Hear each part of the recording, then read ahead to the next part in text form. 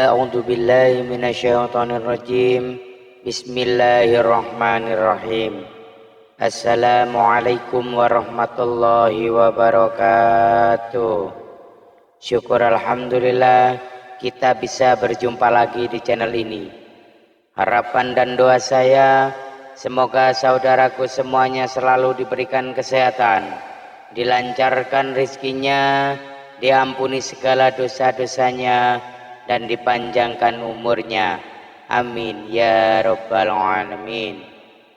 Sahabat beriman yang dirahmati Allah, sejak kecil kita selalu diperingatkan untuk tidak bersikap buruk kepada orang tua. Jangan sampai kita menjadi anak yang durhaka, yang suka membangkang dan menyakiti hati orang tua. Karena kita semua tahu ridho Allah berasal dari ridho orang tua, terutama ibu. Tetapi di era sekarang banyak dari orang tua yang kurang menyadari akan sikapnya terhadap anak, sehingga sikap yang dirasa benar oleh orang tua ini justru bisa dikatakan mendurhakai seorang anak. Ada satu kisah menarik yang mungkin bisa kita jadikan sebagai pelajaran. Suatu hari ada seorang laki-laki menemui Umar bin Khattab radhiyallahu an untuk mengadu perihal kedurhakaan anaknya. Umar lalu memanggil anak tersebut dan menegur perbuatannya. Setelah ditegur, anak tersebut bertanya kepada Umar, "Wahai Amirul Mukminin, bukankah anak memiliki hak atas orang tuanya?" Umar menjawab, "Benar." Lantas anak tersebut bertanya, "Apa hak seorang anak?"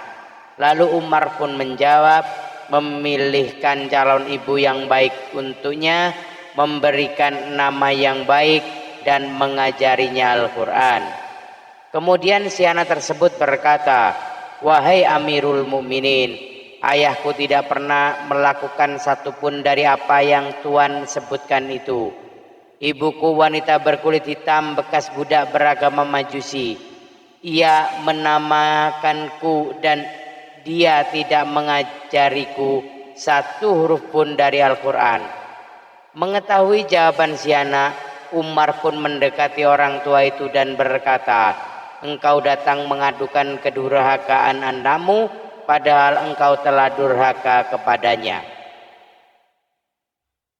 Sebelum ia mendurhakaimu, engkau telah berbuat buruk kepadanya sebelum ia berbuat buruk kepadamu." Mendengar jawaban dari Umar, laki-laki tersebut pun meminta maaf kepada anaknya dan berjanji akan mendidiknya dengan baik.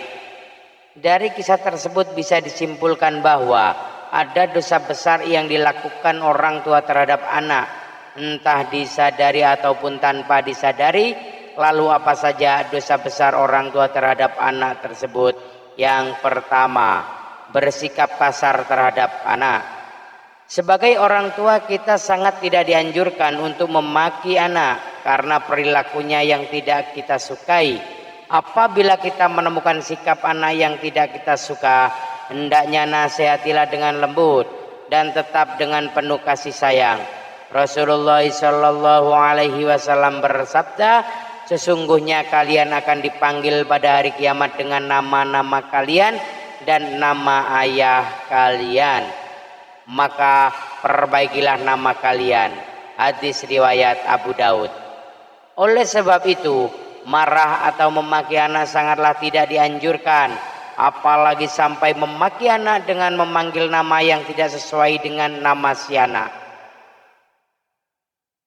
Lalu yang kedua adalah pilih kasih kepada anak. Orang tua yang memiliki anak lebih dari satu sangatlah tidak dianjurkan pilih kasih atau bahkan memberi lebih kepada anak kesayangan dibanding dengan anaknya yang lain. Sehingga yang terjadi adalah ada anak lain yang merasa terabaikan. Sikap pilih kasih orang tua kepada anak bisa memicu putusnya tali silaturahmi antar sesama anak dan bisa menyebabkan kecemburuan sosial di antara anak-anak yang lain. Dalam hadis sahih yang diriwayatkan oleh Imam Muslim, pernah dijelaskan bahwa Nu'man bin Bashir pernah bercerita, "Ayahku menginfakkan sebagian hartaku untukku. ibuku Umrah binti Rawaha kemudian berkata, saya tidak suka engkau melakukan hal itu sehingga menemui Rasulullah. Ayahku kemudian berangkat menemui Rasulullah sallallahu alaihi wasallam sebagai saksi atas sedekah yang diberikan kepadaku. Rasulullah berkata kepadanya, apakah engkau melakukan hal ini kepada seluruh anak-anakmu? Ia berkata, tidak.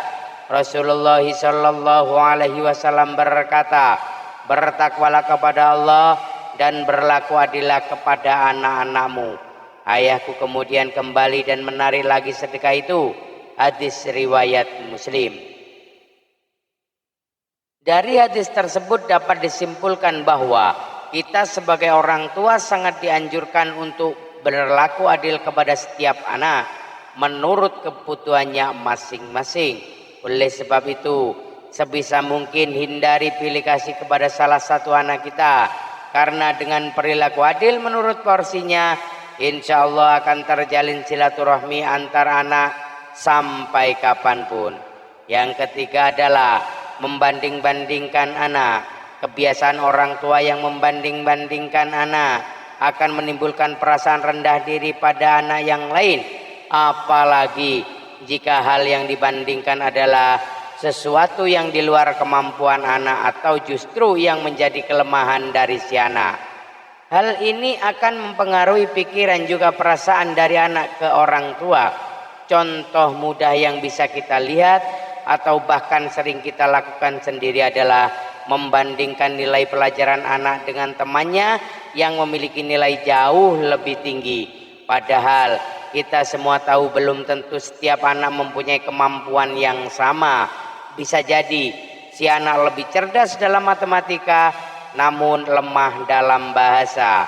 Apabila hal tersebut terjadi pada salah satu anak dari kita semua, maka yang harus kita lakukan adalah menguatkan hati si anak dan mendukung sepenuhnya apa yang menjadi bakat dari si anak tersebut. Yang keempat adalah mengekang kebebasan anak. Membiarkan anak bermain adalah salah satu hal yang sangat penting dalam masa pengenalan lingkungan dan menemukan jati dirinya. Yang terpenting adalah tetap harus diberikan arahan mana yang baik dan mana yang kurang baik. Akan tetapi tak jarang kita sebagai orang tua justru malah mengekang kebebasan anak dalam bergaul dan bermain dengan teman yang diinginkan. Karena kita semua tahu tujuan mengekang atau tidak memberikan kebebasan bermain supaya anak tidak terjerumus ke pergaulan yang salah. Hal tersebut yang akan menjadikan si anak mampu berpikir dan mendapatkan pelajaran penting perihal perbedaan dan mampu membedakan mana yang harus ia teruskan berteman, mana yang harus dijauhi. Oleh sebab itu, hindari kekhawatiran yang berlebih terhadap anak. Yang terpenting adalah keterbukaan anak dengan orang tua harus tetap terjaga. Tujuannya supaya si anak akan lebih nyaman bercerita kepada orang tua apabila ada sesuatu masalah yang belum bisa diselesaikan. Disinilah kesempatan kita sebagai orang tua untuk mengarahkan dan memberikan pengetahuan kepada anak mengenai baik dan buruk akan suatu hal.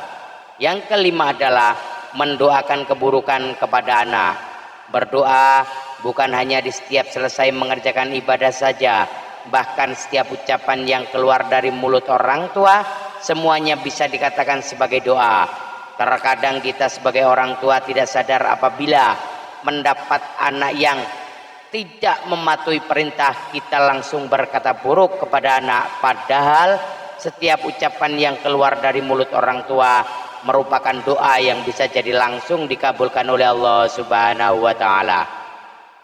Abu Hurairah radhiyallahu anhu berkata bahwa Rasulullah shallallahu alaihi wasallam bersabda, ada 3 doa yang dikabulkan: doa orang yang teraniaya, doa musafir, dan doa keburukan orang tua atas anaknya. Hadis riwayat Tirmizi. Oleh sebab itu, berhati-hatilah dalam berbicara kepada anak. Berpikirlah terlebih dulu apabila hendak marah kepada anak. dan hindari sebisa mungkin terbawa emosi saat marah kepada anak, apalagi sampai menyumpahi anak dengan ucapan yang kurang baik, karena hal tersebut bisa saja terjadi kepada si anak di kemudian hari, dan jika memang benar terjadi barulah kita akan menyesalinya. Lalu apa yang harus kita lakukan supaya tidak terbawa emosi? Hal yang bisa kita lakukan adalah memperbanyak istighfar terlebih dahulu, lalu tanyakan alasan kepada si anak perihal apa yang menurut kita atau orang tua menjadi kesalahan pada si anak. Kemudian berikan perumpamaan dan saran, lalu kembalikan perumpamaan dan saran tersebut kepada si anak supaya menentukan pilihan. Insya Allah si anak tidak merasa tersakiti hatinya dan mampu berpikir bahwasanya hal yang dikerjakan tersebut kuranglah baik dan harus ditinggalkan. Yang keenam adalah tidak memberi pendidikan kepada anak. Yang dimaksud pendidikan dalam hal ini bukanlah sekedar pendidikan sekolah saja, akan tetapi juga menyangkut berbagai macam aspek kehidupan, misalnya pendidikan agama, sosial, budaya, dan lain sebagainya. Setiap orang tua wajib memberikan pembekalan keterampilan kepada setiap anaknya, sehingga keterampilan tersebut bisa mengantarkan anak untuk menemukan jati diri perihal menemukan kehidupan yang bahagia dunia maupun akhirat.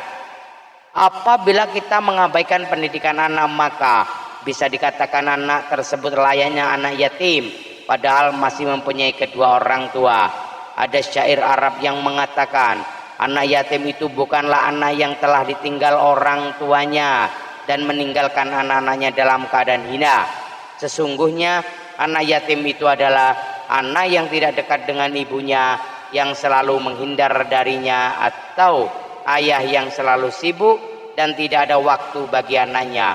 Kalau kita menyimpulkan syair tersebut ingin menyampaikan bahwa perhatian adalah kunci penting dalam mendidik anak supaya sukses di dunia dan akhirat. Adalah sebuah bentuk kedudukan terhadap anak apabila kita sebagai orang tua justru tenggelam dalam kesibukan, sehingga yang terjadi adalah kita lupa untuk mengajarkan anak tentang akidah agama. Rasulullah Shallallahu Alaihi Wasallam bersabda, ajarilah anakmu sholat saat mereka berusia 7 tahun dan pukullah mereka bila tidak melaksanakan sholat pada usia 10 tahun. Hadis riwayat Tirmizi. Sahabat beriman yang dirahmati Allah, marilah kita menjadi orang tua yang bisa dijadikan panutan bagi anak-anak kita. Semoga Allah Subhanahu wa Ta'ala selalu melindungi dan menjauhkan kita dari semua perbuatan tercela semasa hidup di dunia. Wallahu a'lam bishawab. Demikian yang bisa saya bagikan. Semoga bermanfaat untuk kita semua. Mohon maaf atas segala kekurangan. Usikum wa nafsi bitaqwallah. Assalamualaikum warahmatullahi wabarakatuh.